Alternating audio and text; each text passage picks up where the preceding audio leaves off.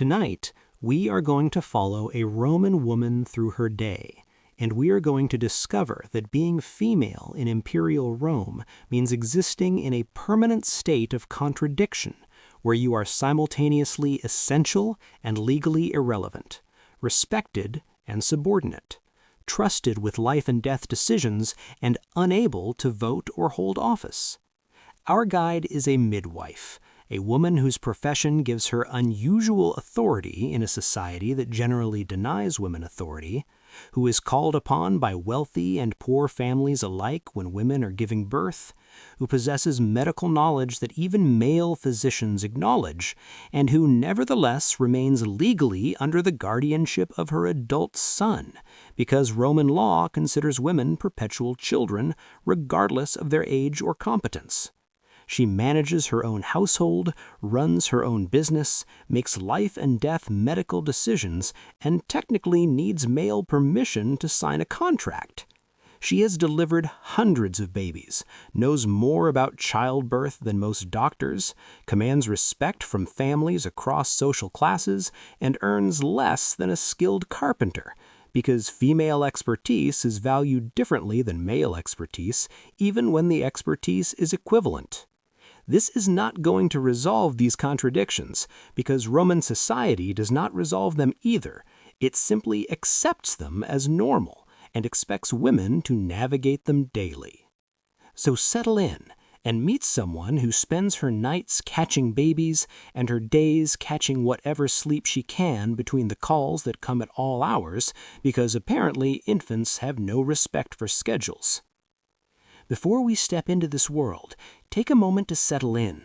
If you enjoy these journeys into history's quiet corners, consider subscribing to join us regularly. We would love to hear where you are listening from tonight and what time it is in your corner of the world. There is something remarkable about knowing our community spans different places and time zones, all gathering here to explore the ordinary lives that made history possible. I'll step back now and let Corey take you through what comes next. Corey, they're all yours. Thanks, Ben. Let's dive into the historical story of a Roman midwife. She wakes in the pre-dawn darkness of her small apartment in one of Rome's many insulae, those multi-story buildings where most Romans live in varying degrees of crowding and discomfort. Her apartment is on the 3rd floor, which is high enough to require climbing stairs, but not so high as the top floors, where the poorest residents live in spaces that are basically fire hazards with rent. She has 2 rooms, which is more than many can afford, but less than ideal, given that she stores her professional supplies here and occasionally needs to meet with clients who prefer private consultations. The waking is automatic, her body trained by decades of interrupted sleep to transition from unconsciousness to full alertness quickly. Because when someone pounds on your door in the middle of the night announcing that a woman is in labor, you cannot afford the luxury of groggily processing information. She is awake immediately, assessing whether she hears any urgent summons, and when she confirms that no one is currently demanding her presence, she allows herself a moment of gratitude for having slept through the night undisturbed, a luxury that happens perhaps twice a week if she is fortunate. The room is cold because Roman apartments in early morning are always cold, heating being expensive and inefficient and generally considered something you worry about after you worry about rent and food. She wraps a shawl around herself and moves to the small shrine in the corner where she makes brief offerings to Juno Lucina, the goddess of childbirth, and to Diana, who also oversees births and whose favor is worth maintaining when your profession involves regular proximity to mortality. The offerings are simple: a bit of incense and a brief prayer, because elaborate religious displays are for wealthy people, and she is not wealthy. merely comfortable by the standards of working Romans. She is 45 years old, has been a midwife for 23 years, and has delivered somewhere around 700 babies, though the exact count is uncertain because she stopped keeping careful track after the first 100 when it became clear that the number would simply keep increasing indefinitely. She was trained by her mother, who was trained by her mother, creating a line of professional knowledge transfer that stretches back generations. Though no one writes this lineage down because women's professional histories are not considered worth recording. Her husband died 6 years ago, a sudden fever that took him in 3 days, despite her knowledge of healing and her desperate attempts to save him. She mourned genuinely because he was a decent man who treated her well and who never resented her profession despite the irregular hours and the way her income sometimes exceeded his. His death left her legally under the guardianship of her son, Marcus, who is 23 and who has the legal authority to make decisions about her life. Despite her being more than twice his age and considerably more experienced at managing practical affairs, Marcus, to his credit, is not an idiot about this arrangement. He understands that his mother's profession requires her to make independent decisions, to travel alone through Rome at all hours, to handle her own finances and client relationships. He provides the necessary legal approvals when required and otherwise stays out of her way, which is probably the best use of his guardianship authority, even if the whole system is fundamentally absurd. When you think about it too carefully, which she tries not to do because thinking about it just makes her angry, and anger serves no practical purpose. She dresses in her working tunic, a practical garment that is neither elegant nor shabby, marking her as a respectable working woman rather than a slave or an aristocrat.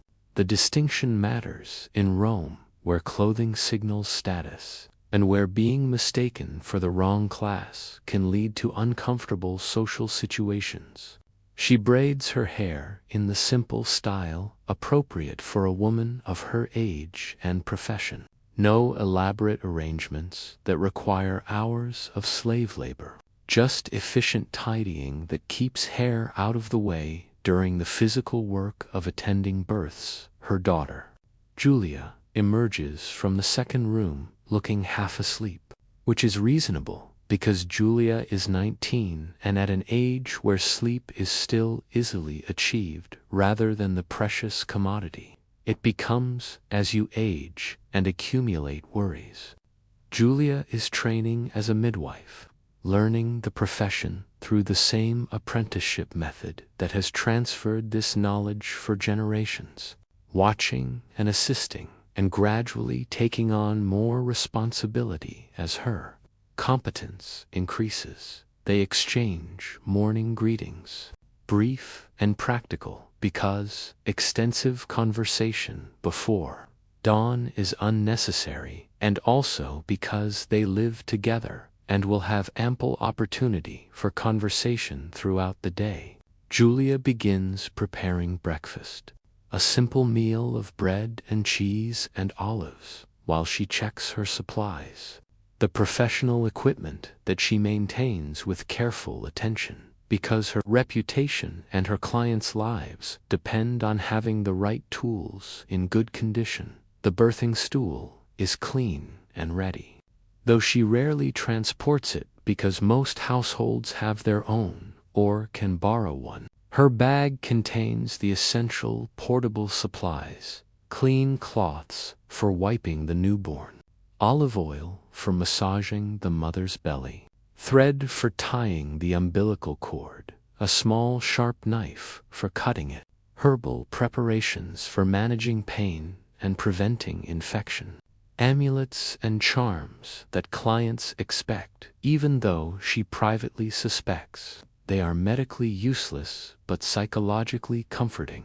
She checks her stock of silphium resin, an expensive contraceptive and abortifacient that she provides to clients who request it, though she does not advertise this service because Roman law about abortion is complicated, and she prefers not to attract official attention to that aspect of her practice.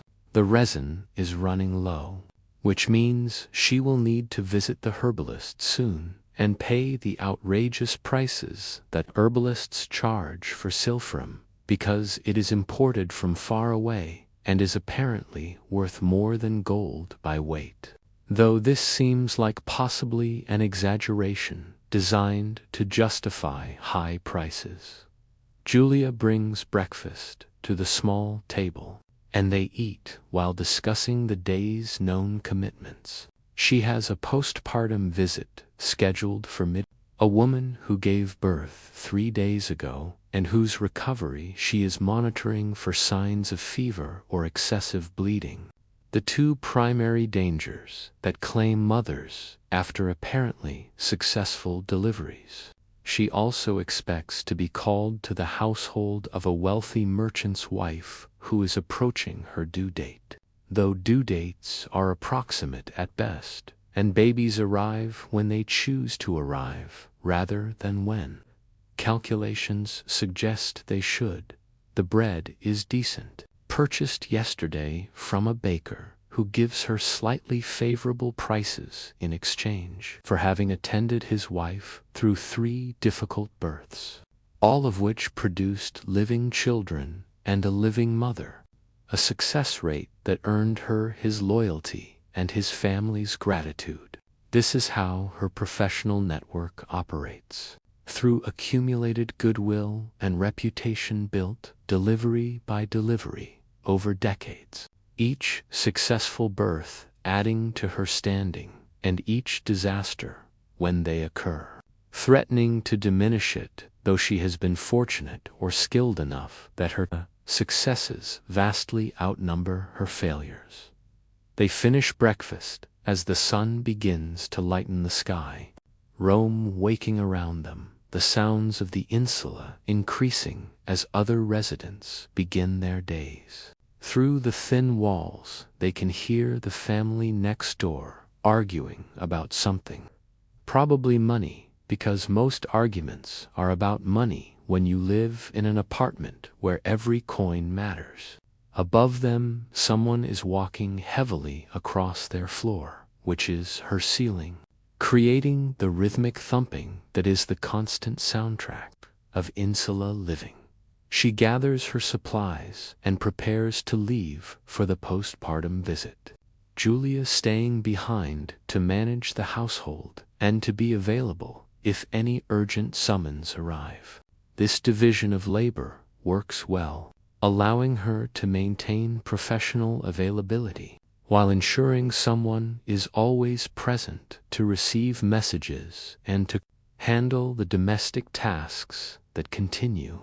Regardless of professional demands, the stairwell is narrow and dark, the kind of space that would be terrifying if you were not accustomed to it. And she descends carefully because Roman stairs are designed by people who apparently believe that safety is less important than efficiency of space usage.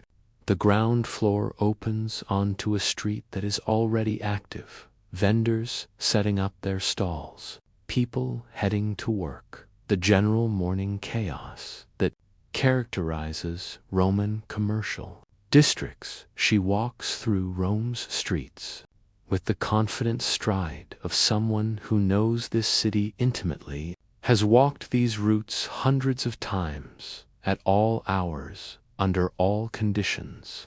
Rome in early morning is neither beautiful nor terrible, simply functional, a vast machine of human activity beginning another cycle of commerce and labor and the endless business of survival. In an urban environment that houses perhaps 1 million people in varying degrees of comfort and squalor.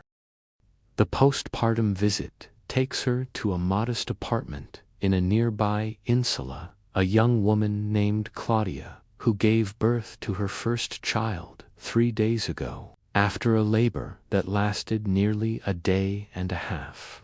She climbs more stairs, knocks on the door, is admitted by Claudia's mother, who looks relieved to see her, which could mean either that everything is fine and she is simply glad for professional reassurance, or that something is wrong and she is desperate for professional intervention. Claudia is sitting up in bed holding her infant son, and initial observation suggests both are well, the baby nursing vigorously and the mother looking tired but not ill. She performs her examination with gentle thoroughness, checking for fever, examining the birth site for signs of infection, assessing bleeding, which is normal in quantity and color. She palpates Claudia's belly to ensure the uterus is contracting properly, asks questions about pain levels and whether milk is flowing adequately, provides reassurance mixed with practical advice. The baby appears healthy, good color, nursing well, producing adequate waste, which is the primary indicator that feeding is successful. She examines him briefly, checking for any abnormalities that might have been missed in the immediate post-birth chaos, finding nothing concerning. He is small, but not dangerously so, alert when awake, and capable of the vigorous crying that indicates healthy lungs and a functioning survival instinct. She provides Claudia with instructions for the coming days, warning signs to watch for that would require immediate summons, advice about rest and nutrition, and the importance of keeping the birth site clean. She leaves herbal preparations that will help with pain and with milk production, demonstrating how to prepare them and how much to use. She reminds Claudia's mother, who will be providing most of the practical support, about the importance of letting the new mother rest as much as possible, given that rest is the primary medicine for postpartum recovery. The visit concludes with reassurance that everything appears normal and healthy, that Claudia is recovering well, that the baby is thriving. All the positive news that new mothers desperately want to hear from someone with professional authority to provide it.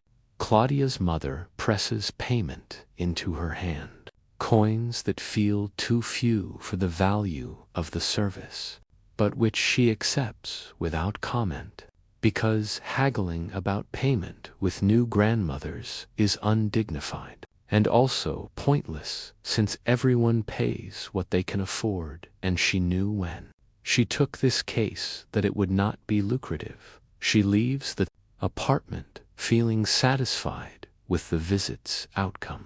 Another successful birth, maintaining its success into the dangerous postpartum period. Another mother and child surviving the process that claims so many lives. This satisfaction is professional rather than emotional.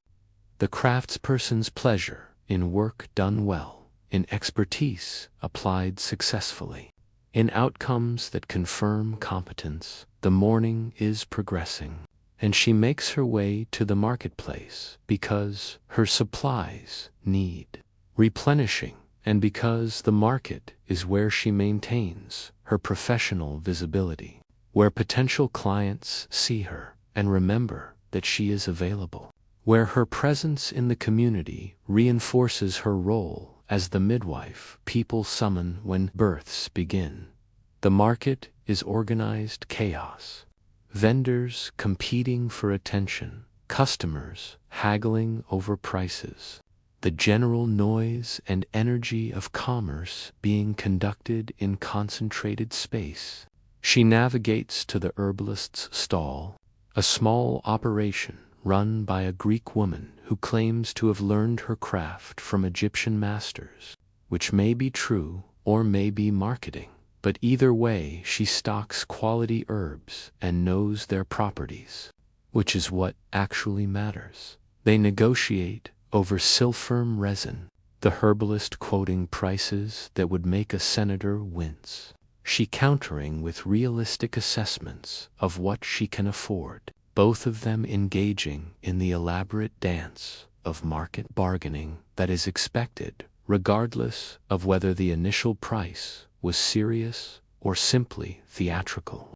They reach agreement at a price that is still expensive but less outrageous than the opening offer, and she acquires enough resin to replenish her supply for the next few months, assuming demand remains steady.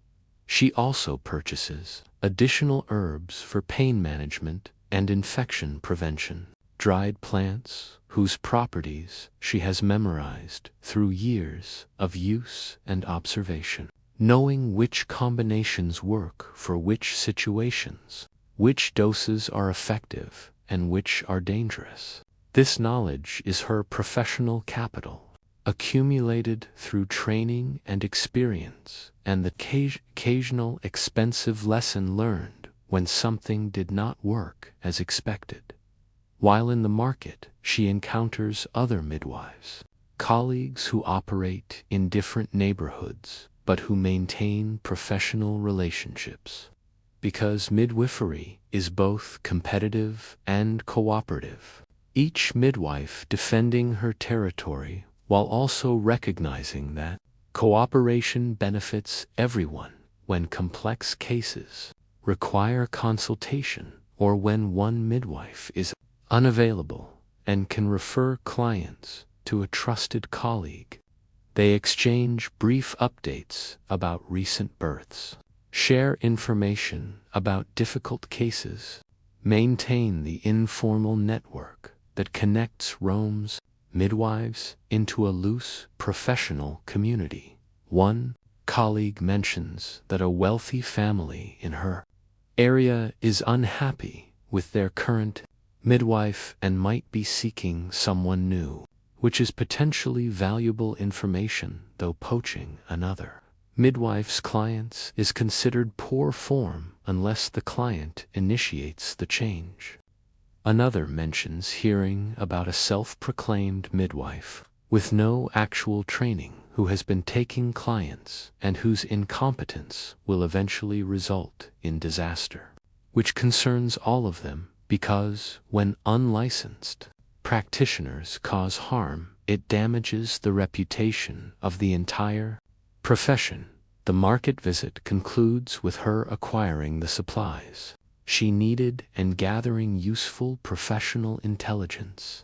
The dual purpose accomplished efficiently, she returns home as the morning transitions to midday, carrying her purchases and mentally preparing for whatever the afternoon might bring, because afternoons are unpredictable when your profession involves attending events that operate on their own biological schedules rather than on any human-determined timetable. Julia has maintained the household during her absence, cleaning and organizing and preparing the midday meal, demonstrating the domestic competence that will serve her well regardless of whether she continues in midwifery or marries and manages a household.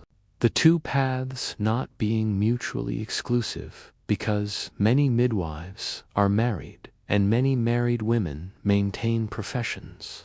Julia's competence is reassuring, suggesting that she has absorbed not just the medical training but also the practical life skills necessary for managing the complex demands of being a professional woman in a society that expects women to fulfill domestic roles regardless of what other roles they also perform. They eat together.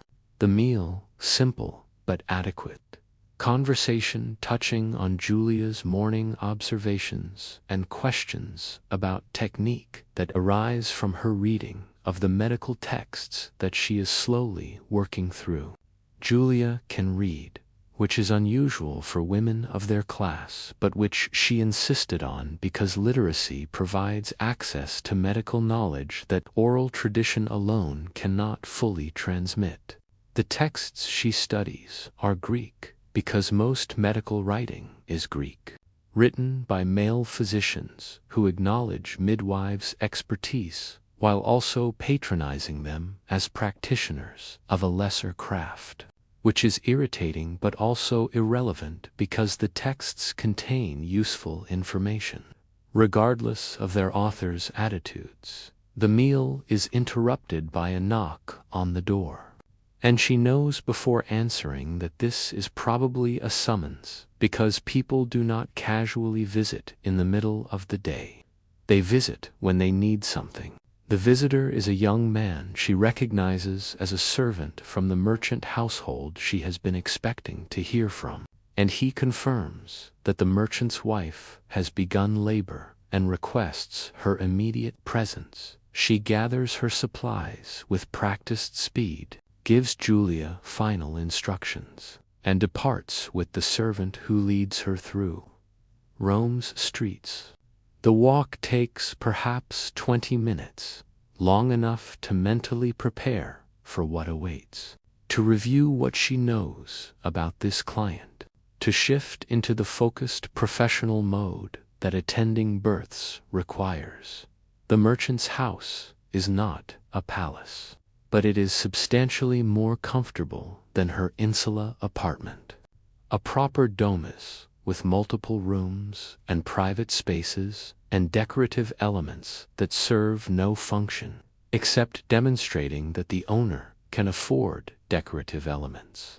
She is admitted by the doorkeeper and escorted to the women's quarters, where births happen, that female space where men do not enter except the physician if he is summoned for emergency intervention, which he hopefully will not be because physicians generally make situations worse rather than better, being trained in theory rather than in the practical reality of birth.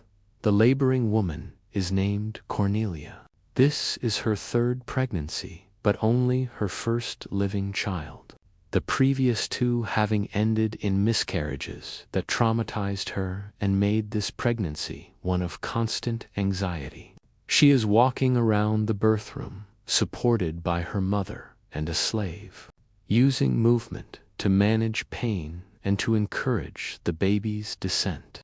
Standard technique that works better than lying in bed waiting passively for birth to occur. She assesses the situation quickly. Cornelia's labor is progressing normally. Contractions are regular and strong. The baby's position seems correct based on the shape of Cornelia's belly and the location where movement can be felt. Everything suggests a straightforward birth, though straightforward is never guaranteed because birth is fundamentally unpredictable and overconfidence is dangerous when complications can develop.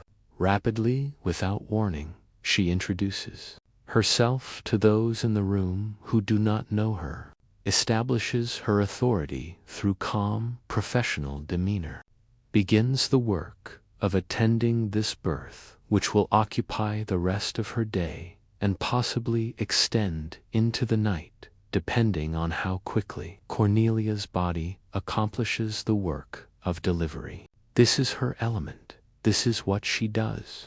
This is where her training and experience and skill are applied to the essential human task of bringing new life into the world while keeping the mother alive in the process. The birth room is prepared with the traditional elements, amulets to various goddesses, images of Diana and Juno Lucina, symbols meant to invoke divine protection, though she suspects the real protection comes from skilled hands and experienced judgment rather than from supernatural intervention. But clients expect these elements, and providing them is part of her service.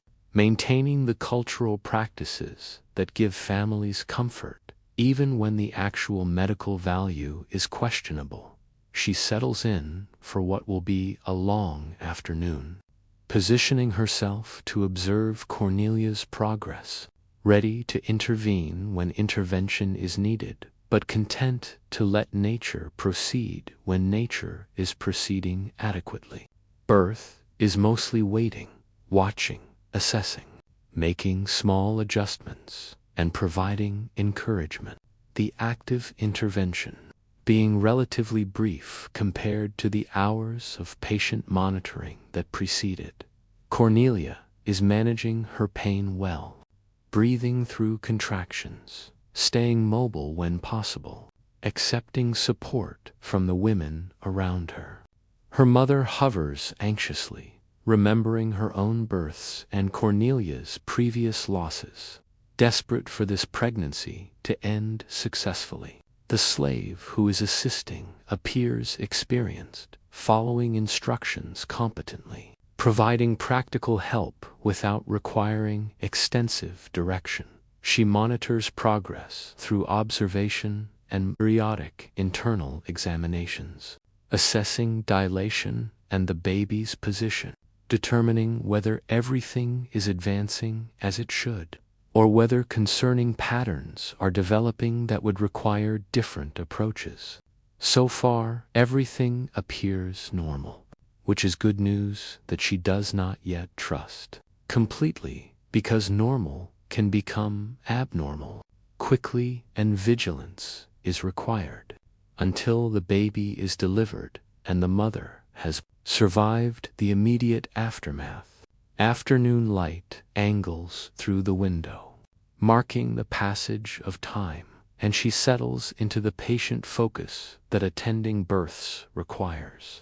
The state of alert calm where hours can pass without boredom because the work demands constant attention even during apparently quiet periods. This is what she does. This is who she is. A midwife attending another birth in a career consisting of hundreds of births, each one important to the family involved, even if they blur together somewhat in her own experience. She is here now, fully present, bringing her expertise to bear on this particular woman's particular labor, doing the work that women have been doing for other women since humans began having babies. The ancient profession that predates medicine and will presumably outlast it. Because, regardless of what theories physicians develop about bodies and health, when babies are born, it is still women who catch them and women who know how to do it. The labor progresses through the afternoon with the slow inevitability that characterizes first labors, though technically this is not Cornelia's first labor, just her first labor that has advanced this far without ending in tragedy. The previous miscarriages haunt this room, unspoken but present in Cornelia's mother's anxious face and in Cornelia's own careful optimism, the fear that this too will end badly lurking beneath. Everyone's hope that this time will be different. She monitors the contractions, their frequency and intensity, gauging whether the pattern indicates good progress or whether intervention might be needed to move things along. The contractions are coming regularly, perhaps 5 minutes apart, strong enough to cause pain but not so overwhelming that Cornelia cannot manage them. This is good. This is normal. This is how labor should look when bodies are doing what they evolved to do. Though evolution is not particularly concerned with minimizing suffering in the process, Cornelia walks between contractions, moving around the birth room with slow, deliberate steps, her mother on one side and the slave on the other, providing support when contractions intensify and Cornelia needs to stop moving and focus on breathing through the pain. Walking helps. Movement encourages the baby to descend, keeps the laboring woman active, rather than passive, gives her something to do besides simply endure. During one of these walking sessions, Cornelia asks how much longer this will take. The question that every laboring woman asks, and that every midwife must answer honestly but encouragingly. She explains that first labors are unpredictable, that it could be hours more, that there is no way to know exactly because babies operate on their own schedules, but that everything is progressing well and nothing suggests complications. This is both reassuring and frustrating. Cornelia wanting specific information that cannot be provided, wanting certainty in a process that is fundamentally uncertain. The merchant, Cornelia's husband, appears briefly at the doorway, looking concerned and helpless. The standard expression of Roman men during their wives' labors. He is excluded from this space because childbirth is women's business and men's presence serves no purpose except making everyone uncomfortable. But he hovers nearby anyway, wanting to be available if needed despite not knowing what he would do if he were needed. She nods to him reassuringly, communicating that everything is proceeding normally, and he retreats, looking marginally less anxious, though still clearly worried because his wife is in pain and his child's arrival is imminent, and he has no control over any of it. Roman men's relationship to childbirth is interesting.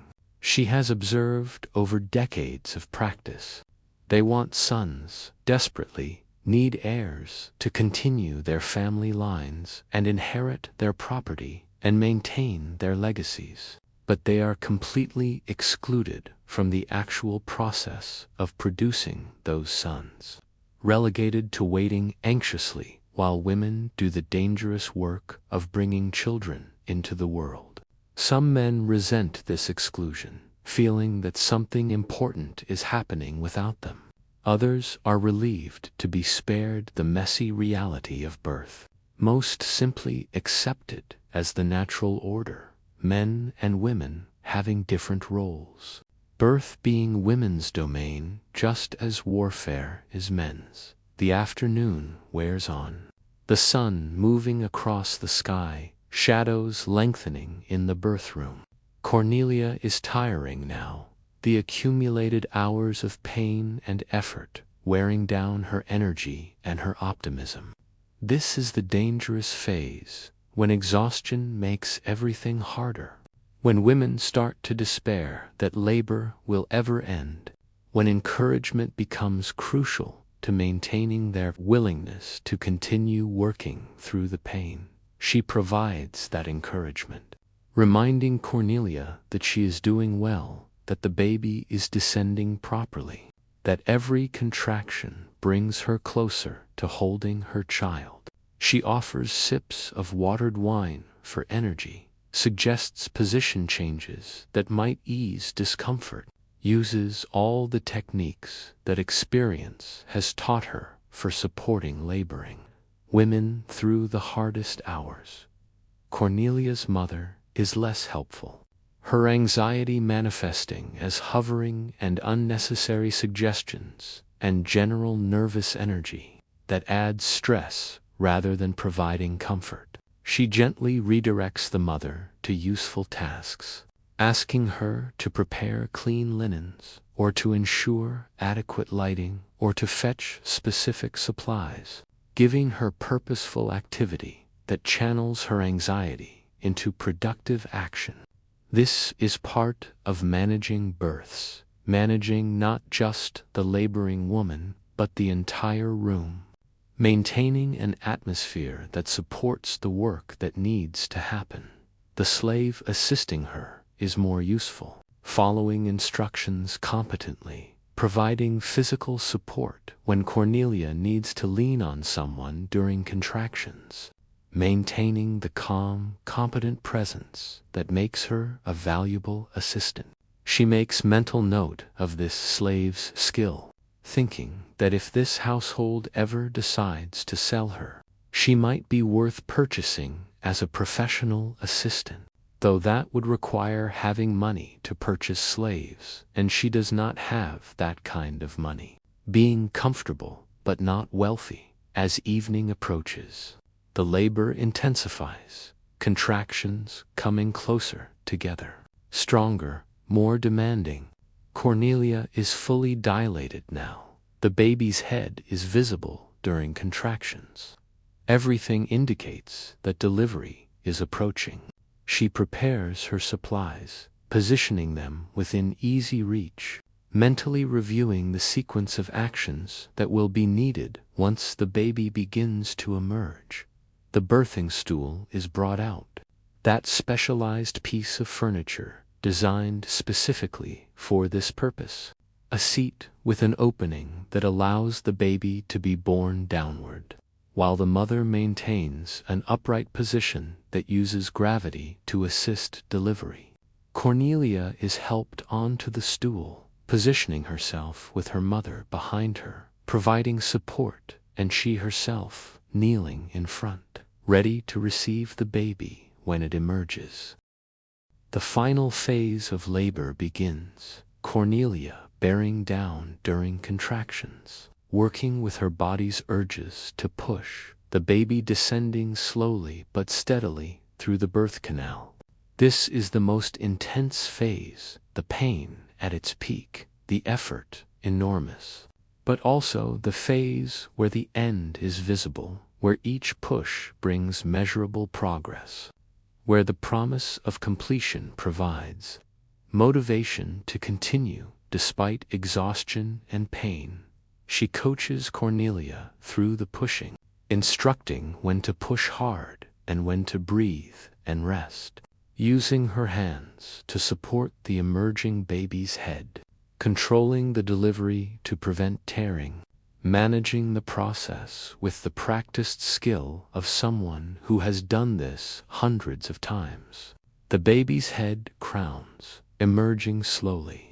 Cornelia crying out with the pain but continuing to push, determined to finish this. To meet this child she has been carrying and hoping for, the head emerges fully, and she quickly checks that the umbilical cord is not wrapped around the baby's neck, a dangerous complication that requires immediate intervention. The cord is clear, everything is normal. And with the next contraction, the shoulders emerge, and then the rest of the baby slides out in a rush, slippery and covered in vernix and blood and all the fluids of birth, beginning to cry even before fully born. She catches the baby smoothly, supporting the small body, clearing the mouth and nose of fluids, stimulating breathing with gentle rubbing. The baby is a girl, small but healthy looking, crying vigorously, which indicates good lung function, moving all limbs, which suggests no obvious injuries from the birth process. She announces the sex to Cornelia, who looks both relieved that the birth is over and disappointed that the baby is not the son that Roman families always prefer. But disappointment is secondary to relief, and Cornelia reaches for her daughter with desperate eagerness, wanting to hold this child she has labored so long to deliver. She places the baby on Cornelia's chest, skin-to-skin contact that helps regulate the newborn's temperature and encourages bonding, watching carefully to ensure the baby continues breathing well and that Cornelia is stable, despite the exhaustion and blood loss that are normal parts of delivery. The umbilical cord is still pulsing, transferring the last of the placental blood to the baby, and she waits for the pulsing to stop before tying off the cord with clean thread and cutting it with her knife, separating mother and child into two distinct beings rather than the connected organism they have been for 9 months. The baby protests this separation with louder crying, which is good. Strong cries indicating strength and vitality. the placenta must still be delivered, the final stage of birth that people often forget about, but which is crucial because retained placental tissue can cause deadly infections. She waits for signs that the placenta is separating, then guides Cornelia through gentle pushing to expel it, catching it and examining it carefully to ensure it is complete, that no fragments remain inside that could cause problems later. The placenta is intact, delivery is complete, and she turns her attention to examining both mother and baby more thoroughly now that the immediate crisis of birth has passed. Cornelia has some tearing, not severe, but requiring stitching to promote proper healing, a procedure that she performs with needle and thread, while Cornelia winces but endures, too exhausted and too focused on her new daughter to protest much about additional pain. The baby is examined systematically, checking all the details that determine whether a newborn is healthy or whether problems lurk beneath the surface.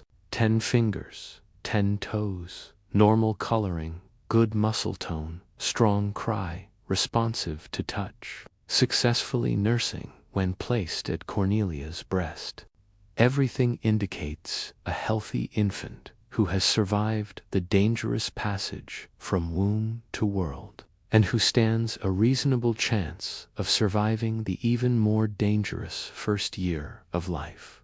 The birth room is cleaned, the bloody linens removed, fresh coverings provided, the space transformed from battlefield to nursery with efficiency born of practice. Cornelia is helped from the birthing stool to a bed where she can rest with her baby, exhausted but triumphant, having accomplished the feat that half of humanity must accomplish if humanity is to continue existing. She provides instructions for the coming hours, warning signs that would indicate problems, advice about nursing and rest and basic newborn care. She leaves herbal preparations with detailed instructions about dosage and timing, remedies to manage pain and promote healing and prevent infection. She promises to return tomorrow to check on both mother and baby, to assess healing and address any concerns that develop. The merchant is summoned to meet his daughter, and he enters the birth room looking relieved and trying to hide his disappointment about the sex.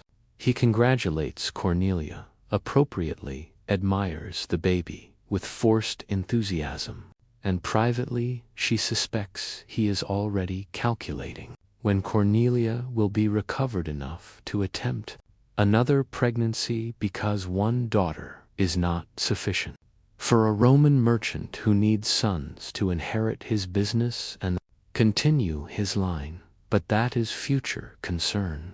For now there is a healthy mother and a living baby, which is success by any reasonable measure. Another delivery completed without tragedy, another woman surviving childbirth, and another infant surviving birth. She accepts payment from the merchant, coins that feel more generous than the amount the poor family paid this morning, reflecting the household's greater wealth and their gratitude for successful outcome. She gathers her supplies, preparing to leave, exhausted from the hours of focused attention that attending births requires. The sun has set while she worked, evening has arrived, and she faces the walk back to her apartment through Rome's darkening streets. A journey that is not particularly dangerous for a woman of her age and reputation, but which is also not something she enjoys after a long day of work. The merchant offers to have a slave escort her home, and she accepts because refusing would be pointless pride, when practical safety is more important than maintaining the fiction that she needs no assistance. The slave, a young man who appears capable of discouraging any street trouble, walks with her through Rome's evening streets, maintaining respectful distance, while still providing obvious protection that makes the journey safer. They walk in silence, because conversation seems unnecessary. She absorbed in processing the day's work, and he apparently content with quiet. Rome in evening is different from Rome in morning or midday, less frantic, more purposeful, people heading home or to evening entertainment, the commercial activity winding down as the social activity increases. The streets are lit by torches and lamps outside businesses and wealthy homes, creating pools of light separated by stretches of darkness that require careful navigation. Her apartment building appears eventually, familiar and welcome, and she thanks the escort, who nods and departs to return to his master's house. She climbs the stairs with effort, her body reminding her that she is 45 and has been working since before dawn, and is no longer at the age where long days of physical labor are easily shrugged off. Julia is waiting when she enters, anxious for news, and she provides a brief summary of the successful birth, the healthy baby, the relieved family. Julia is pleased, having worried during the long afternoon and evening, knowing that births can go wrong and that her mother faces those risks regularly. They eat a late dinner together, food that Julia prepared earlier and kept warm, simple but satisfying after a day of minimal eating. While they eat, she thinks about the day's contrasts, the poor postpartum visit in the morning and the wealthy delivery in the evening, the different households united by the common experience of birth, but separated by vast differences in resources and comfort. Her profession crosses these boundaries regularly, taking her from insulate apartments to merchant houses to occasionally even senatorial homes, seeing Roman society from bottom to nearly the top, observing how wealth changes the experience of birth without fundamentally changing the biology of it. Rich women and poor women both labor in pain, both face the same risks, both need the same assistance from someone who knows what they are doing. Money can buy more comfortable surroundings and better food and additional attendance, but it cannot buy guaranteed safety or easy delivery or freedom from the fundamental danger that childbirth represents. This is one of the few areas where human biology does not particularly care about social class, though outcomes still differ, because wealth provides better recovery conditions and access to better ongoing care. After dinner, she checks her supplies again, replenishing what was used today, preparing for tomorrow's likely demands. The life of a midwife is constant preparation, maintaining readiness for summons that come without warning, ensuring supplies are always adequate, staying current with techniques and remedies through observation and consultation with colleagues. Julia helps with this preparation, learning through participation, asking questions about decisions made during today's birth, seeking to understand not just the mechanical techniques but the judgment that determines when to intervene and when to wait, when to be concerned and when to be reassured. This judgment is the hardest part to teach, coming from experience more than from instruction, accumulated through hundreds of births, where small differences in presentation or progress indicate different appropriate responses. They work together in the quiet evening, mother and daughter, midwife and apprentice, preparing for tomorrow while processing today. This is their life, their shared profession, the work that defines their household and their relationship. Julia will eventually be ready to attend births independently. And when that happens, she will either establish her own practice or join her mother's, extending the family business into another generation, the preparation complete. She finally allows herself to rest, sitting on the simple furniture of their apartment, feeling the accumulated fatigue of the long day. Her back aches from hours of kneeling and bending. Her hands are tired from the detailed work of delivery and stitching. Her mind is weary from the sustained focus that attending births requires. But beneath the fatigue is satisfaction, the knowledge that she did her work well, that 2 families today received competent care, that mothers and babies are alive because she knew what to do and did it skillfully. This is enough. This is what she works for. Not wealth or fame or recognition from the broader society that barely acknowledges that midwifery is skilled profession. She works for the immediate feedback of successful births, for the gratitude of families, for the knowledge that her expertise saves lives and eases suffering. These are tangible rewards, immediate, making the long hours and unpredictable schedule and physical demands worthwhile. Julia mentions hearing gossip in the market about another midwife who apparently botched a delivery through incompetence, resulting in a stillborn baby and a mother who nearly died. The story is third-hand and possibly exaggerated, but it serves as a reminder of what is at stake. How quickly births can go wrong when the attending midwife lacks adequate skill or judgment or experience. She feels gratitude for her own training, for the years of apprenticeship under her mother, who taught her properly, for the accumulated experience that allows her to handle complications competently. The evening is winding down, the time for sleep approaching, though sleep will come only if no urgent summons interrupts it. This is the reality of her profession, the constant availability, the knowledge that at any hour someone might pound on her door, announcing that a woman is in labor and requires immediate attendance.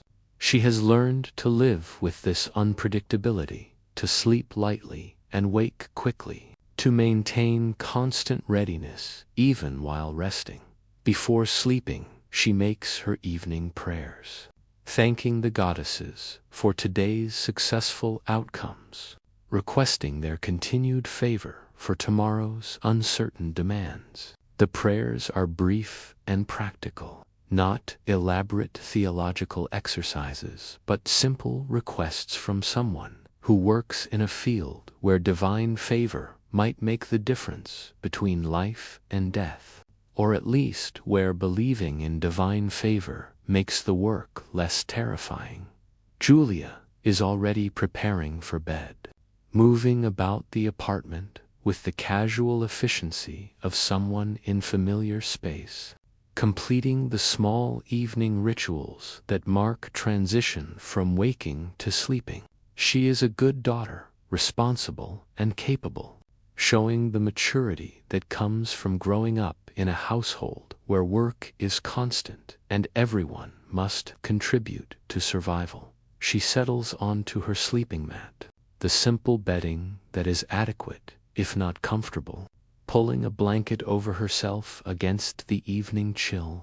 The apartment is quiet now, the neighboring family having apparently resolved their argument, or at least postponed it. The person upstairs having settled for the night, the general noise of the insula reduced to its nighttime level, which is still considerable, but which she has learned to filter out as background rather than distraction. Her body relaxes gradually, muscles releasing their tension, mind beginning to drift from focused consciousness toward the fuzzy space that precedes sleep. She reviews the day briefly, the successful postpartum visit, the successful delivery, the routine preparations and market errands, the ordinary components of her extraordinary profession. Tomorrow will bring new demands, new births, new challenges that will require her skill and judgment and endurance. But tomorrow is not yet here. Tonight there is only rest, the temporary respite from professional demands, the brief period where she is simply a tired woman seeking sleep. Rather than a midwife maintaining readiness for the next emergency, she sleeps. Finally, deeply, the exhaustion overriding any tendency toward wakefulness. Her body claiming the rest it needs to continue functioning through the demanding schedule that her profession requires. The apartment is dark and quiet, Rome outside continuing its endless activity. But here in this small space, on the third floor of an insula, there is peace, temporary but real. The peace of honest exhaustion and earned rest. Sleep comes quickly, despite the thin mat and the ambient noise of the insula. Exhaustion overriding discomfort and distraction. Her body demanding rest and claiming it with the efficiency of someone who has learned to sleep whenever opportunity permits, because opportunity is unpredictable and must be seized when available. She sleeps deeply for several hours, her mind releasing the day's tensions, her muscles relaxing from their sustained effort, her whole system engaged in the repair and recovery that sleep enables. Around midnight, she wakes briefly, surfacing from deep sleep to lighter awareness without fully achieving consciousness. Her body performing its routine check of the environment to ensure no urgent summons requires response. The apartment is quiet, no one is pounding on the door, no emergency demands immediate attention, and she sinks back into sleep with the relief of someone who has dodged another interruption. At least for now, the sleep is not entirely peaceful, because peaceful sleep requires security that she does not possess. The constant low-level awareness that she might be needed at any moment, creating a background tension that never fully releases. This is the price of her profession, the trade-off for the autonomy and respect and income it provides, the perpetual availability that makes rest always conditional and never guaranteed.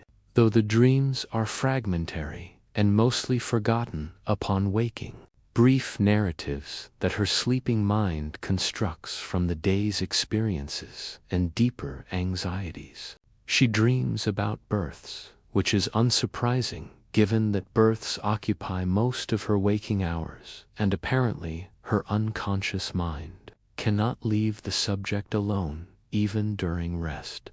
In the dream, a birth goes wrong in ways that are both specific and vague, complications developing that she cannot manage, outcomes that she cannot prevent, the professional nightmare of failing when failure means death. She wakes from this dream with her heart racing, takes a moment to orient herself and remember that it was only a dream, that no actual disaster has occurred, that her professional record remains intact, but the dream lingers, leaving residual anxiety, reminding her that the work she does carries real stakes and that her competence is all that stands between success and tragedy in situations where the margin between the two is often distressingly narrow. She lies awake for a while, unable to immediately return to sleep, her mind now active and processing the fears that the dream surfaced. She has lost patients, not many, relative to the hundreds she has attended, but enough to know that birth is dangerous, and that even skilled midwives cannot save everyone. She remembers each death with uncomfortable clarity. The stillborn babies and the mothers who bled out and the infections that developed despite her best efforts at prevention. The failures that haunt her, despite knowing that she did everything correctly and that sometimes tragedy occurs, regardless of competence.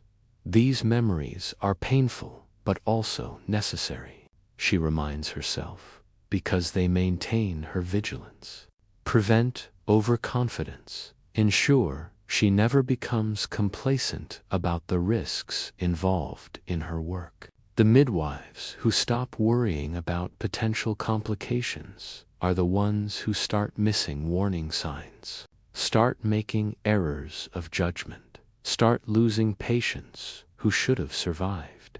The apartment is very quiet now. That deep night silence, when even the typically noisy insula settles into something approximating peace. She can hear Julia breathing in sleep from the other room, steady and untroubled. The sleep of someone young enough that professional anxieties have not yet accumulated into the background worry that characterizes experienced practitioners. Julia will learn this worry eventually, will accumulate her own memories of cases that went wrong, will develop her own midnight anxieties about whether she missed something or could have done something differently. But that is Julia's future burden to acquire. And for now, she sleeps peacefully, which is appropriate for someone still in training rather than bearing full responsibility. She finds some comfort in this thought, the knowledge that the next generation is being prepared to carry on the work, that the profession will continue beyond her own participation in it, that the accumulated knowledge she possesses will be transferred rather than lost when age or death eventually removes her from practice. She tries to return to sleep, focusing on her breathing, releasing the tension that the dream created. But sleep is elusive now, her mind too active, her body no longer tired enough to override mental alertness. She lies in the darkness and thinks about her life, the choices that led to this profession and the choices that were made for her by circumstance and social structure. She did not exactly choose to become a midwife, in the sense that someone presented her with options, and she selected this one from among alternatives. She became a midwife because her mother was a midwife and training. Her daughter was the obvious way to ensure the family profession continued, and she was the daughter who showed aptitude and interest and who was available when her mother needed an apprentice. This was not oppression. She was not forced into unwanted work. But it was also not the kind of free choice that wealthier people exercise when deciding their life paths. But she has made peace with this, has come to genuinely value her work and to take pride in her competence and to find satisfaction in the tangible good that she does. If she had been offered entirely free choice among all possible professions, she might have chosen differently, might have pursued something less demanding and more predictable. But she has what she has, and it is good work, meaningful work, work that matters in immediate and observable ways. Her marriage was more clearly a choice, or at least a mutual agreement between her and her husband, arranged with input from both families, but not imposed against either party's will. He was a decent man, a leather worker, with steady income and reasonable temperament, and they built a functional partnership that became genuine affection over the years of shared life. His death was tragic, but not devastating in the way that losing him earlier in the marriage would have been, because by that point their children were grown, and she had her own professional identity and the financial independence to survive without him. Roman widowhood has its own peculiar status. She has learned. Widows are simultaneously pitied and envied mourned for their loss, but also recognized as having achieved a kind of freedom that married women lack. A widow with adult children and her own income is perhaps the closest thing to an autonomous woman that Roman society produces. No longer under her husband's authority, technically under her son's guardianship, but practically able to manage her own affairs, if her son is sensible enough to allow it, which Marcus fortunately is. Time passes slowly when you are lying awake in the middle of the night, the darkness seeming to expand, each minute feeling longer than minutes feel during daylight. She eventually stops trying to force sleep and simply accepts wakefulness, resting her body even if her mind refuses to rest, preserving energy even if not actively sleeping. Around the third hour after midnight, she hears sounds from the apartment above. Someone moving around, probably using their chamber pot, or perhaps dealing with a sick child. The normal interruptions of household life that happen at all hours, regardless of whether everyone would prefer to be sleeping. The sounds are brief and soon silence returns.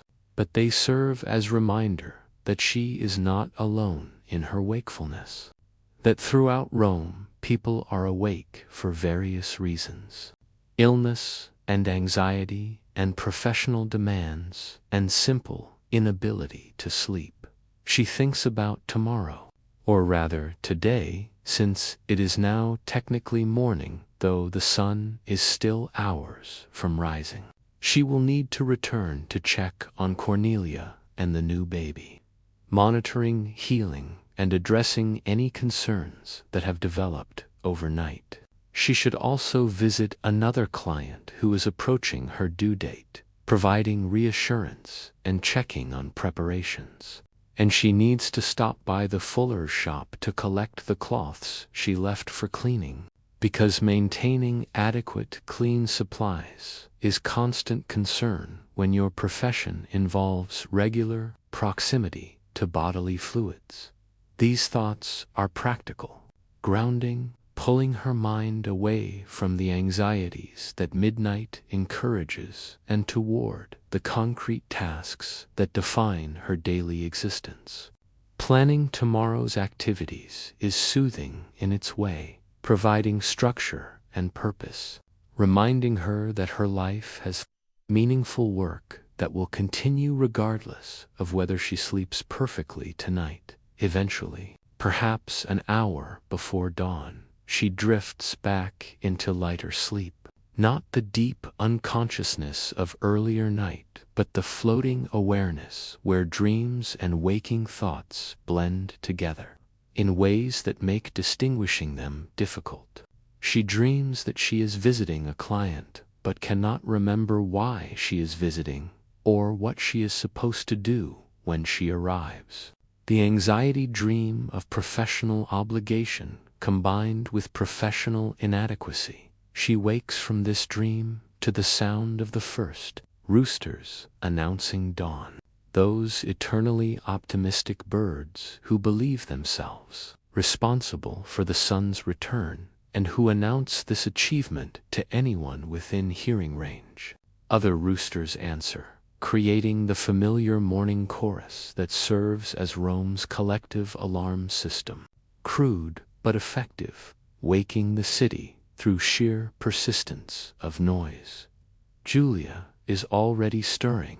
She can hear movement from the other room, her daughter beginning her own morning routine with the efficiency of youth and habit. She rises from her mat, feeling the stiffness that comes from a night of inadequate sleep and middle-aged joints. Her body complaining about being asked to function after rest that was interrupted and insufficient.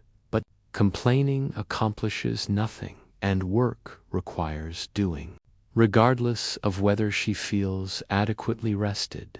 So she moves through her morning preparations with practiced efficiency despite the fatigue.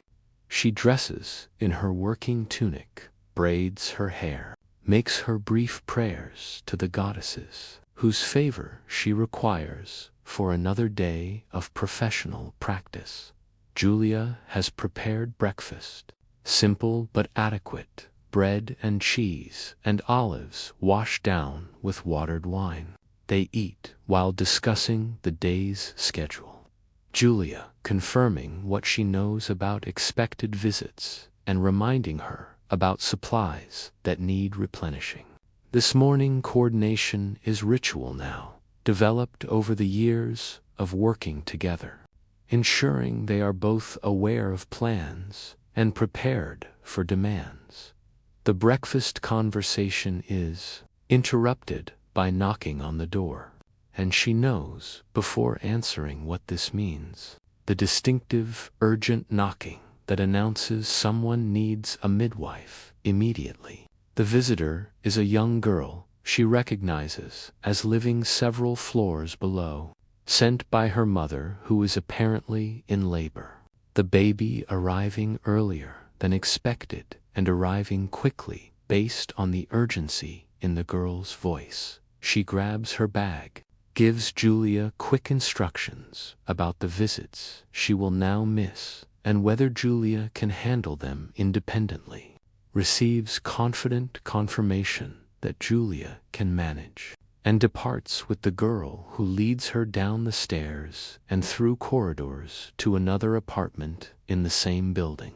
The convenience of proximity reducing travel time to mere minutes. The apartment is small and crowded. Several children and what appears to be a grandmother, sharing the space with the laboring woman who is clearly well advanced in her labor, walking and breathing heavily through contractions that are coming very close together. This is her fourth child, her experience evident in how she manages the pain without panic, working with her body rather than fighting it. Focused and determined, she assesses quickly. This baby will be born soon, possibly within the hour.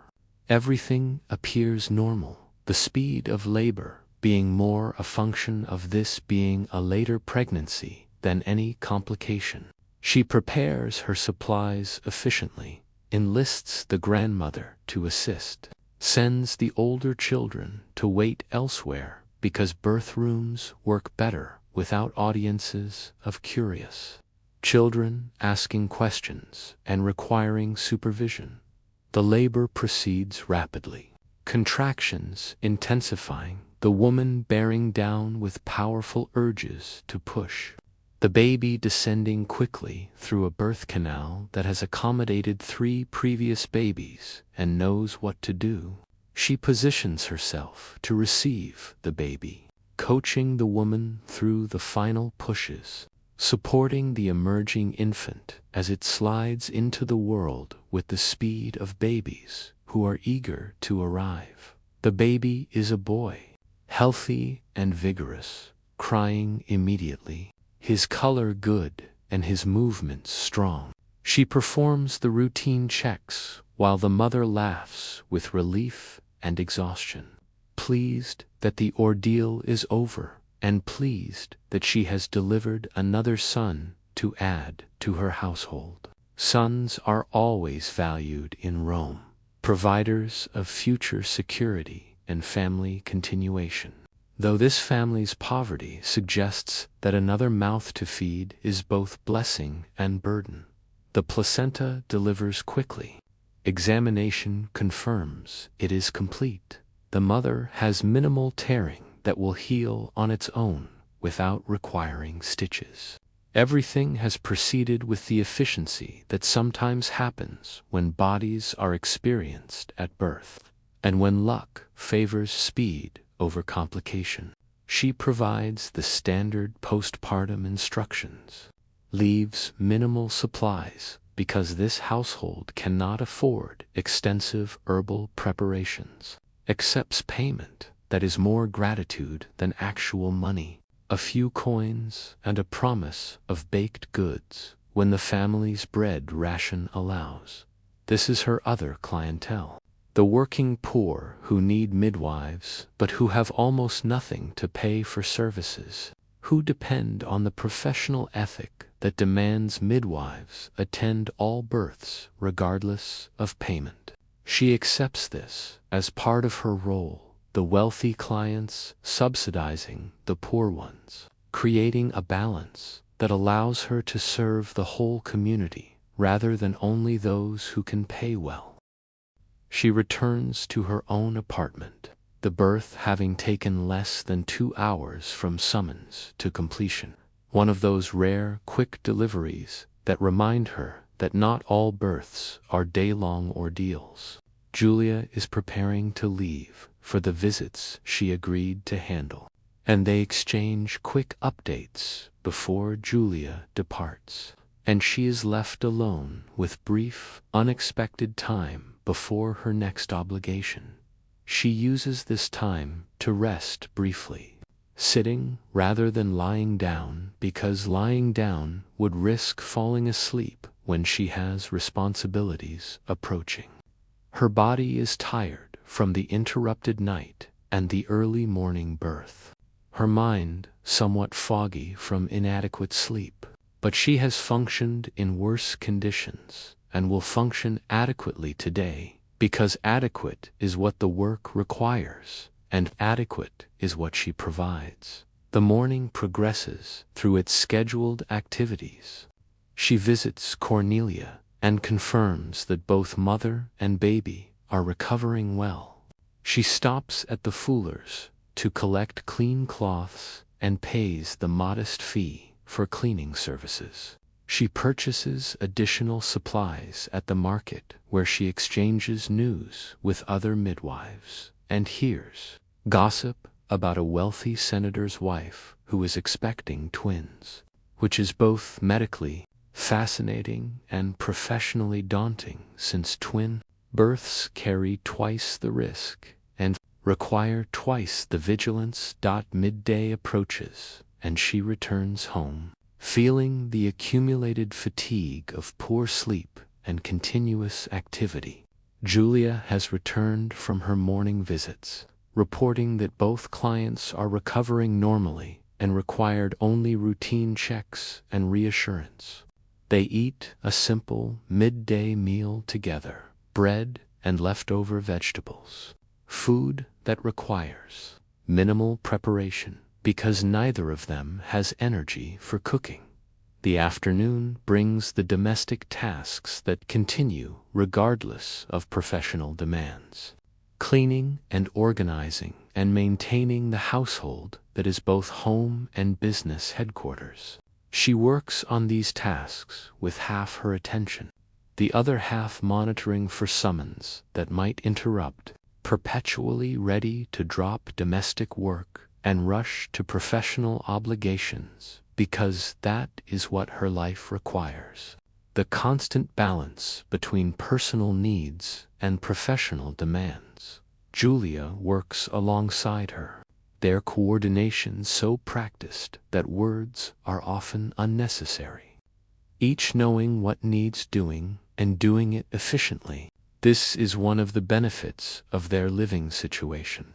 The shared work and shared profession creating partnership rather than just mother-daughter relationship, though the relationship contains elements of both and is richer for the combination. Late afternoon, she is summoned again. Another birth beginning, this time in a merchant household she has not attended before. A referral from a satisfied client, apparently, because that is how her practice grows.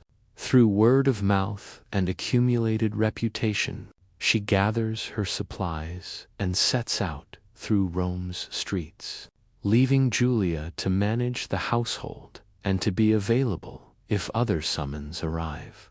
The new client is nervous, this being her first pregnancy, her youth and inexperience evident in her anxiety and her questions and her uncertainty about what to expect. She provides reassurance along with medical assessment, explaining what will happen and what is normal and what would indicate concern. using her knowledge and experience to calm fears that are both reasonable and unhelpful during labor. This birth will be longer. She can tell from the early stage of labor and the client's tenseness. First babies taking their time and anxious mothers progressing more slowly than relaxed ones. She settles in for what will likely be an evening and night of attendance, sending word back to Julia about the expected timeline, preparing mentally for the long hours of patient monitoring that characterize first labors. The household is well. The merchant clearly successful, but wealth cannot accelerate biology, and this baby will come on its own schedule, regardless of how much money its father has. She works through the afternoon and into evening, coaching the laboring woman through contractions, suggesting position changes, providing the constant supportive presence that helps first-time mothers manage the experience as night falls and labor continues. She thinks about how this will be another night of inadequate sleep, another day tomorrow of functioning on insufficient rest. The perpetual cycle of her profession, where sleep is always conditional and rest is always interrupted. But this is what she signed up for, or rather, what circumstances led her into and what she has learned to manage. The demanding, unpredictable schedule that comes with attending events that operate on biological rather than human timelines. The labor progresses slowly through the evening. She monitors carefully. Everything appears normal, just slow. The patient waiting and watching that is most of what midwifery involves. The household settles into night around them, the birth room remaining active while the rest of the house sleeps. This bubble of intense activity within the larger, quiet, she works through her tiredness, maintaining focus despite fatigue, drawing on reserves of professional endurance developed over decades of similar situations. This is her life, these long, uncertain hours, attending women through the dangerous passage of birth, providing skill and knowledge and supportive presence, doing the work that women have been doing for other women since humans began having babies. The ancient, essential labor that continues regardless of how tired the laborer becomes. The night wears on through its slow progression. The laboring woman working through contractions that intensify gradually but never quite reach the point where delivery seems imminent.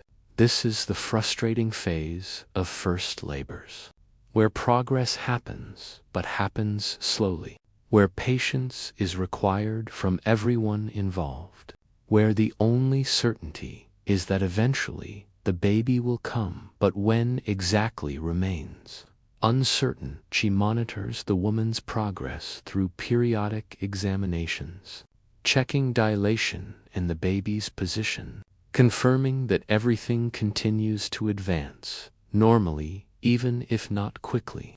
The woman is managing well despite the hours of pain, maintaining her composure and her energy through sheer determination and the supportive presence of her mother and the household's slaves who have been enlisted to help. Around midnight, the household quiets completely, everyone except those in the birth room having gone to sleep. The normal people's schedule uninterrupted by the biological event happening in their midst. She finds this simultaneously isolating and peaceful, the birth room becoming its own world separate from the sleeping household, focused entirely on the work of bringing a new person into existence. The laboring woman asks questions during the quieter moments between contractions, wanting to know if everything is normal, if the pain is what she should expect, if the baby will be healthy. She answers honestly but encouragingly, explaining that yes, this is normal for first labors. Yes, the pain is appropriate for the work being done. Yes, everything suggests the baby is healthy, though certainty is impossible until the baby is born and can be examined properly. These conversations help pass the time and also help the laboring woman maintain her mental focus, giving her something to think about besides pain, providing distraction and education simultaneously. She has learned over years of practice that managing laboring women's emotional state is as important as managing their physical state, that fear and anxiety can slow labor while confidence and calm can help it progress. The woman's mother hovers anxiously, clearly reliving her own birth experiences, remembering the pain and fear and uncertainty that she endured when delivering this daughter who is now delivering her own child. Generational continuity is very visible in birth rooms, she has observed. Mothers watching daughters repeat the experience that made them mothers. The cycle of reproduction made tangible in these hours of labor. Around the third hour after midnight, the labor shifts perceptibly, contractions becoming more intense, closer together. The woman's body signaling that transition is approaching, that the opening phase is completing and the pushing phase is approaching. She confirms this through examination, finding that dilation is nearly complete, that the baby has descended further, that delivery will likely occur within the next few hours. This news energizes the birth room, everyone understanding that the end is approaching, that the long night of waiting is transitioning into the active phase where the baby will actually emerge. The woman finds new reserves of energy, pain becoming purposeful now rather than simply something to endure, each contraction bringing her closer to meeting her child. She prepares her supplies methodically, positioning everything within easy reach, mentally reviewing the sequence of actions that will be needed once active pushing begins. This preparation is both practical and ritual, the familiar routine that centers her focus and readies her for the intense concentration that delivery requires. The birthing stool is positioned. The woman is helped onto it when pushing urges become irresistible. And the final phase begins with the woman bearing down powerfully, working with her body's demands, determined to finish this ordeal and hold her baby. She kneels in front of the stool, hands ready to receive the emerging infant, coaching the woman through the pushing, controlling the delivery to prevent injury.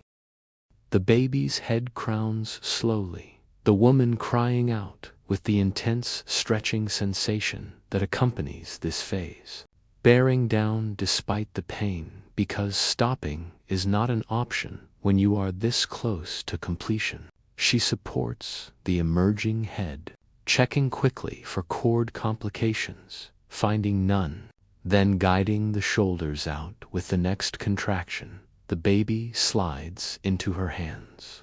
A girl, crying immediately, moving vigorously. All the signs of healthy infant who has successfully navigated the birth canal and survived the transition from womb to world. She announces the sex, clears the airways, stimulates breathing, performs the routine checks that determine whether celebration or concern is appropriate. The baby appears perfect, or at least as perfect as newborns appear, which is to say wrinkled and covered in vernix, and somewhat alarming looking if you are not accustomed to seeing fresh births, but healthy by all measures that matter.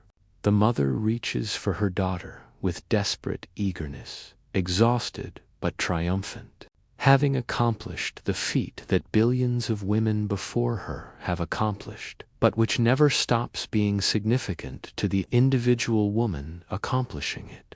She manages the placental delivery, examines the mother for tears, finds minimal damage that requires only basic care rather than stitching, provides the standard instructions about recovery and warning signs and basic infant care. The baby nurses successfully, latching well and sucking vigorously, another positive sign that suggests good instincts and adequate strength. The birth is complete. Mother and baby are well, another successful delivery to add to her record. Another family grateful for her services and her expertise. She accepts payment that is generous by merchant standards, reflecting both the household's wealth and their relief at positive outcome. Coins that will help subsidize the poorer clients who cannot pay adequately but who still require professional attendance. Dawn is approaching as she prepares to leave, the night having passed in the focused intensity of attending birth. The hours, both long and short, depending on whether you measure by clock time or by experienced time. She is exhausted, having been awake for most of 2 days, with only brief, interrupted sleep in between. Her body demanding rest, and her mind somewhat foggy from sustained effort. The merchant offers escort again, and again she accepts because pride is less important than safe passage through streets that are beginning to fill with early morning activity. She walks through Rome's awakening streets, the city transitioning from night to day, vendors setting up stalls, workers heading to their labor, the eternal cycle of urban life beginning another rotation. Her apartment appears eventually, familiar and welcoming, the stairs feeling steeper than usual because fatigue makes everything more difficult. Julia is awake and preparing breakfast, having spent the night alone but competently managing the household, demonstrating again that she is ready for greater professional responsibility. They exchange updates while she eats, Julia reporting that no urgent summons arrived overnight, she describing the successful birth and the generous payment. The breakfast is welcome, food providing energy that her depleted system desperately needs, though she knows that food is inadequate substitute for actual sleep and that she will need to rest soon or risk becoming dangerously fatigued. But first, there are obligations, the postpartum visits that cannot be postponed, the clients who depend on her follow-up care, the professional commitments that continue regardless of her personal exhaustion. She steels herself for another few hours of work, drawing on reserves of endurance that she has developed over decades of similar situations. Julia offers to handle some of the visits, demonstrating both competence and compassion, recognizing that her mother is genuinely exhausted and needs rest. She accepts this offer gratefully, dividing the day's obligations between them, trusting Julia's judgment and skill, even as she maintains ultimate responsibility for all clients. The morning visits are brief and routine, confirming that recovering mothers are healing well and that newborns are thriving, providing reassurance and basic care, the maintenance work that follows every delivery. She moves through these visits with practiced efficiency despite her fatigue, her professional competence operating almost automatically, the skills so deeply embedded that tiredness barely affects their execution. By midday, she returns home feeling ready to collapse, her body demanding rest with increasing insistence, her mind barely functioning beyond the most basic level.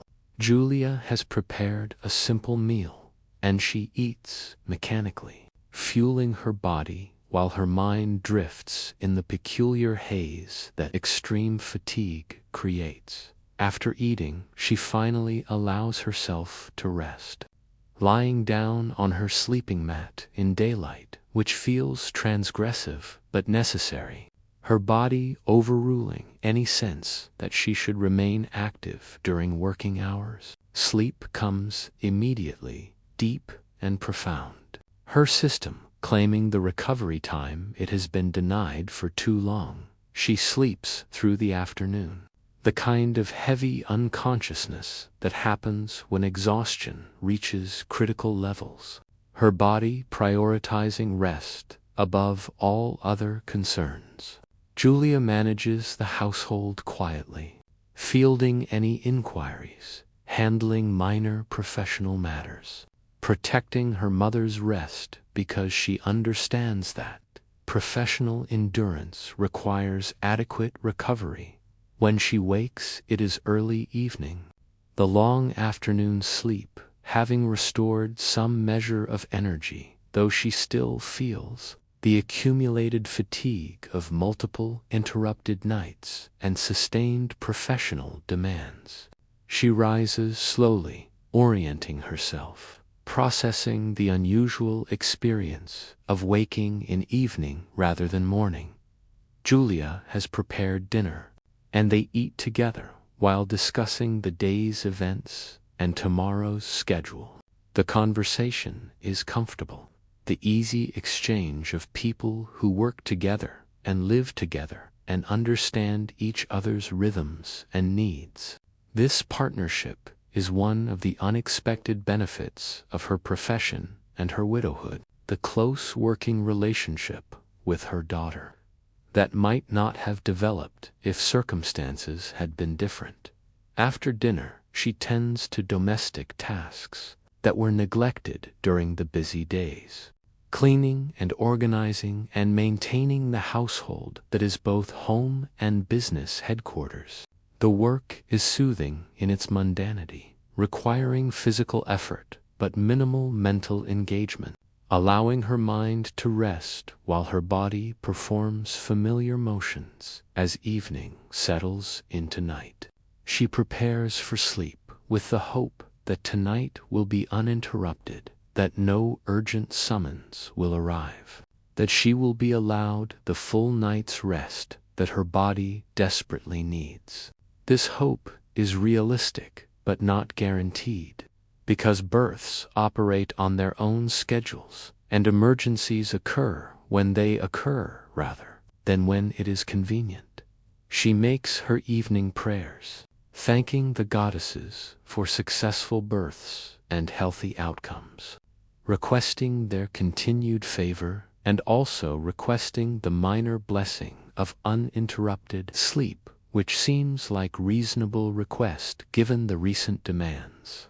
The prayers are brief and practical, communication with divine powers that she half believes in and half regards as useful psychological ritual. The ambiguity about religious belief being common among working Romans who maintain traditional practices, while harboring private doubts. Julia is settling for sleep as well, both of them tired from the demanding days, both of them hoping for quiet nights that allow recovery. They exchange brief good nights, the comfortable farewell of people who will see each other again in the morning and therefore need not make elaborate partings. She lies down on her mat, pulling her blanket over herself, feeling her body relax into the familiar discomfort that is adequate for sleep, even if not ideal for comfort. The apartment is quiet, the neighboring family apparently having a peaceful evening for once. The person upstairs moving around with less than usual enthusiasm, the general insula noise reduced to manageable background level. Her mind reviews the recent days, the multiple births attended, the successful outcomes achieved. the payment received that will support her household for the coming weeks. This is what her life consists of. These cycles of intense professional activity, followed by brief recovery. The unpredictable schedule that makes long-term schedule but that provides meaning and purpose and tangible evidence of value. She thinks about her profession and its place in Roman society. The curious status of midwives who are respected and relied upon but never fully acknowledged as possessing expertise equivalent to male physicians, who are trusted with life and death decisions but paid less than craftsmen, who cross all social boundaries in their practice but remain firmly working class in their own status. These contradictions do not anger her as much as they once did, experience having taught her that fighting social structure is exhausting and pointless when the structure is supported by law and custom and the general agreement of everyone who benefits from maintaining it. She cannot change that she is legally subordinate to her son, despite being older and more experienced at managing practical affairs. She cannot change that female expertise is valued differently than male expertise, even when outcomes prove equal competence.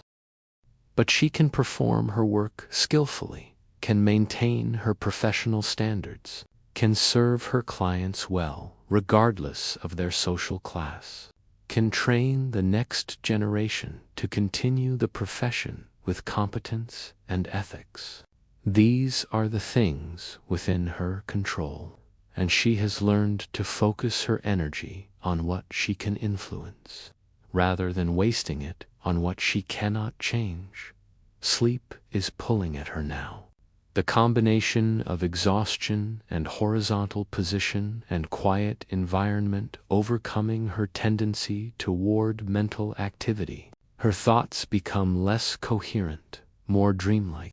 The transition from waking to sleeping happening in stages as consciousness gradually releases its grip.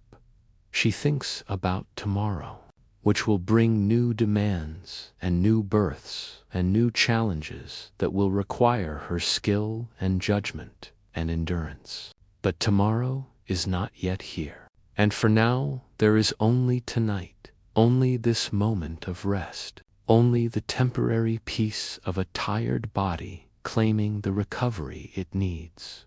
Her breathing slows and deepens. Her muscles relax completely. Her mind drifts into the formless space. The apartment is dark and quiet around her.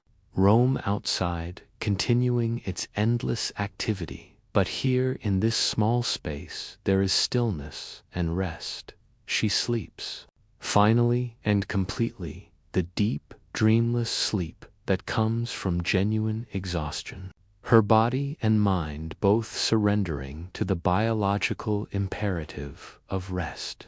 The night passes over her gently, the hours moving forward toward morning, but she is unaware of their passage, lost in the profound unconsciousness that allows recovery and restoration. This is her life.